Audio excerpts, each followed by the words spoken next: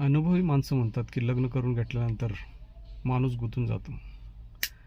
ते बरोबरच सत्य परिस्थिती आहे. कारण की मी पण खूप सारा जणांना असं बघतो की जे लग्न करून घेतात ते गुंतून जातात आपल्या व्यावहारिक जीवनामध्ये.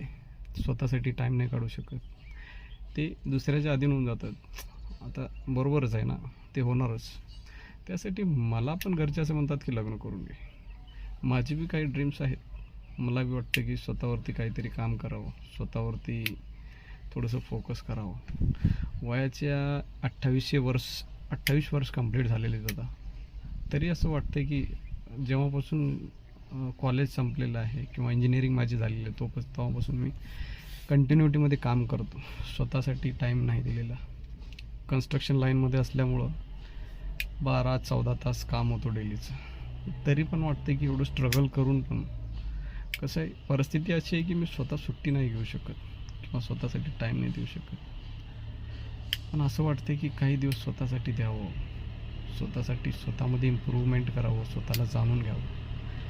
त्यानंतर दुसऱ्या गोष्टी करून कराव्यात. काय मला काय समजणं झालं. तुमचं मत आणि तुमची राय काय ते कमेंटमध्ये सुचवा मला की काय केलं तर चांगलं राहील.